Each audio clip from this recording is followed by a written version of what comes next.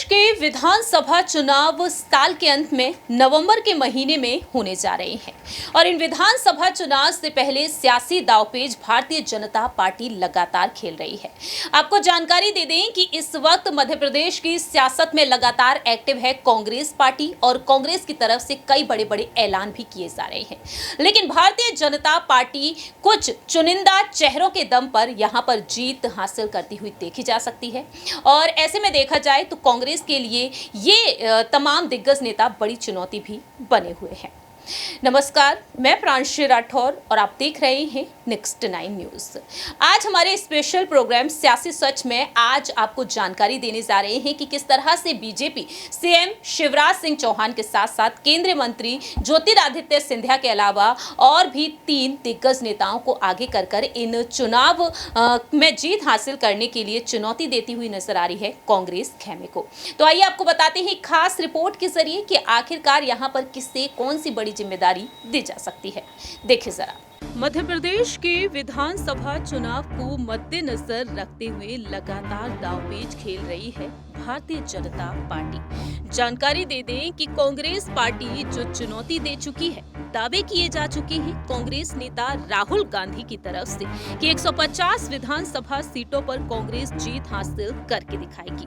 लेकिन आपको ये भी बता दें कि महज 15 महीने में कांग्रेस की सरकार गिर गई थी जब ज्योतिरादित्य सिंधिया कांग्रेस का दामन छोड़कर भारतीय जनता पार्टी में शामिल हुए थे बीते 3 साल पहले अपने 22 समर्थकों के साथ। अब देखा जाए ज्योतिरादित्य सिंधिया एक बड़ी चुनौती बने हुए हैं। सिंधिया लगातार कांग्रेस पार्टी पर हमलावर है, लेकिन इस दौरान ये भी देखने को मिल रहा है कि सिंधिया को भी बड़ा झटका मिल रहा है कि सिंधिया के समर्थक एक एक करके कांग्रेस में वापसी कर रहे हैं। लेकिन इस बीच यहाँ पर अच्छी सफलता हासिल करने के लिए बीजेपी कई चेहरों को आगे रखकर सियासी दांवपेच खेल रही है। आपको जानकारी दे दें कि कुछ ऐसे नेताओं के नाम सामने आए हैं जिन नेताओं को आगे रखकर बीजेपी जीत हासिल करने का दावा कर रही है। माना जा रहा है कि इस बार भी बीजेपी कड़ी टक्कर देगी कांग्रेस को और ऐसे में यहाँ पर मुकाबला काफी कठिन होने वाला है।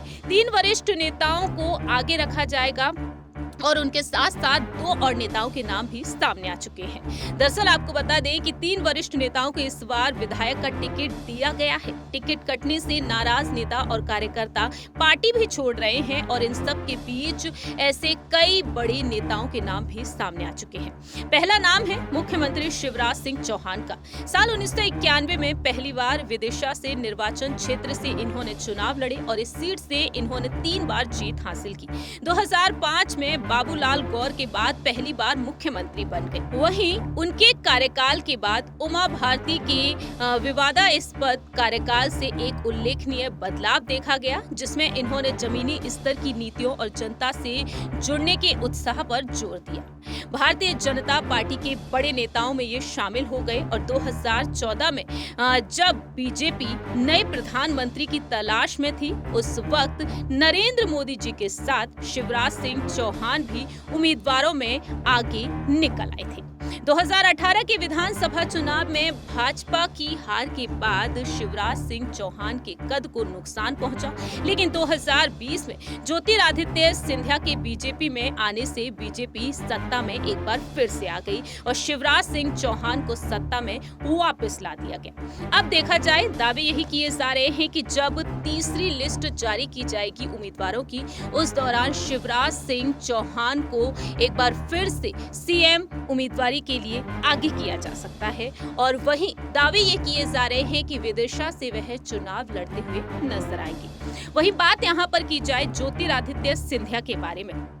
मोदी सरकार में केंद्रीय नागरिक उड्डयन और इस्पात मंत्री ज्योतिरादित्य सिंधिया 2002 में राजनीति में कदम रखे। अपने पिता और वरिष्ठ कांग्रेस नेता माधवराव सिंधिया के गुजर जाने के बाद गुना लोकसभा उपचुनाव इन्होंने जीता। 2002 से 2019 तक गुना का प्रतिनिधित्व किया, लेकिन 2019 में लोकसभा चुनाव में वह बीजेपी के केपी यादव से सीट हार गए और 2020 में उन्होंने बीजेपी ज्वाइन की। लेकिन सिंधिया बीजेपी में जब आए तो उनका कद और पद बढ़ गया। और आज देखा जाए ज्योतिरादित्य सिंधिया को लेकर ये कहा जा रहा है कि सिंधिया को अब किसी एक विधानसभा सीट से आगे किया जा सकता है। उनकी बुआ जी यशोधरा राजे सिंधिया चुनाव न लड़ने का ऐलान कर चुकी हैं स्वास्थ्य संबंधी समस्याओं के चलते। ऐसे में दावे किए जा रहे हैं कि वह, और इसी बीच अब अटकलें तेज हैं कि अब ज्योतिरादित्य सिंधिया शिवपुरी विधानसभा सीट से चुनाव लड़ सकते हैं। जी हाँ, इस सीट से कई बार चुनाव जीत चुकी हैं यशोधरा राजे सिंधिया। वहीं यहाँ पर सिंधिया को लेकर अलग अलग दावे भी किए गए हैं, क्योंकि चुनाव में सिंधिया का भविष्य अब, वहीं साथ ही साथ यहाँ पर देखा जाए तो ज्योतिरादित्य सिंधिया को कुछ और अहम जिम्मेदारियां भी सौंपी जा सकती हैं। ग्वालियर चंबल संभाग में उनका वर्चस्व है और ग्वालियर चंबल संभाग को वह बखूबी संभालते हुए देखे जा रहे हैं। तीसरा बड़ा नाम है नरेंद्र सिंह तोमर का। केंद्रीय कृषि किसान कल्याण मंत्री नरेंद्र सिंह तोमर मध्य प्रदेश के लिए बीजेपी की ओर से मैदान में उतारे गए प्रमुख उम्मीदवारों में से एक है। भाजपा के चुनाव प्रबंधन समिति के संयोजक हैं और 1998 में पहली बार ये विधायक बने थे। 2006 से 2012 तक में देखा गया कि 2 कार्यकालों के लिए भाजपा के प्रदेश अध्यक्ष भी ये चुने जा चुके हैं। वहीं 3 बार मुरैना से सांसद भी रहे हैं और ऐसे में देखा जाए इनका नाम भी लगातार सुर्खियों में है। वहीं अगला नाम है प्रहलाद सिंह पटेल का। 5 बार सांसद रहे हैं और वर्तमान समय में देखा जाए तो खाद्य प्रसंस्करण उद्योग और जल शक्ति राज्य मंत्री हैं। लोधी समुदाय के वोटों को मजबूत करने की कोशिश में पार्टी ने इनको जालम सिंह पटेल के नरसिंहपुर सीट से उम्मीदवार बनाया है। और चर्चा तो ये भी है कि अब वह अपने संगठनात्मक कौशल के कारण सीएम की कुर्सी के लिए प्रबल दावेदार भी हैं। ऐसे में इन पर भी सभी की नजरें टिकी हुई हैं। वहीं एक और बड़ा नाम है कैलाश विजयवर्गीय का। बीजेपी के राष्ट्रीय महासचिव और मध्य प्रदेश के अनुभवी राजनेता हैं कैलाश विजयवर्गीय, जो हाल ही में चर्चा में आए जब उम्मीदवारों की दूसरी लिस्ट में इंदौर विधानसभा सीट से अपना नाम देखकर ये हैरान हो गए। ऐसे में देखा जा रहा है कि अब यहाँ पर इन्हें भी कुछ अहम जिम्मेदारी सौंपी जा सकती है। अब आने वाले वक्त में पता चलेगा कि बीजेपी हाईकमान इन 5 ही दिग्गज नेताओं को आगे रखकर क्या वाकई में चुनाव जीत पाएगी या फिर नहीं। फिलहाल ये बड़े नाम सामने आ चुके हैं और ये बड़े नाम इस वक्त चर्चा का विषय बने हुए हैं मध्य प्रदेश की सियासत में। आपने देखा कि किस तरीके से यहाँ पर मध्य प्रदेश में बीजेपी अब एक सियासी दांवपेच खेल रही है। देखने वाली बात यहाँ पर यह होगी कि आखिरकार किस तरीके से बीजेपी क्या वाकई में जीत हासिल करती हुई नजर आएगी, क्योंकि साल 2018 में कांग्रेस से हार का सामना करना पड़ा था भारतीय जनता पार्टी को, और इस साल देखा गया कि कर्नाटक में कांग्रेस ने प्रचंड जीत हासिल की और कर्नाटक में जो फॉर्मूला कांग्रेस की तरफ से अपनाया गया उस फॉर्मूले को अब मध्य प्रदेश में कांग्रेस अपनाएगी। लेकिन बीजेपी यहाँ पर गुजरात मॉडल को आगे रखते हुए और गुजरात में जो फॉर्मूला बीजेपी ने अपनाया था उस फॉर्मूले को ही अपनाएगी।